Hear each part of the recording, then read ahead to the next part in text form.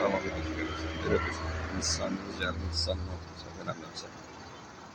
Biliyorsunuz da görürsünüz motorunda. Esma var düzdür, bunlarda olur az da olsa 3 silindirli. Maşında çəkmə boğulma var inşallah ki qarşısı alınır. Çəkməsi boğulmağı biraz da o pil boynuğu aradan götürürlər. Belə bir Nissanımız gəlib 3 silindirli.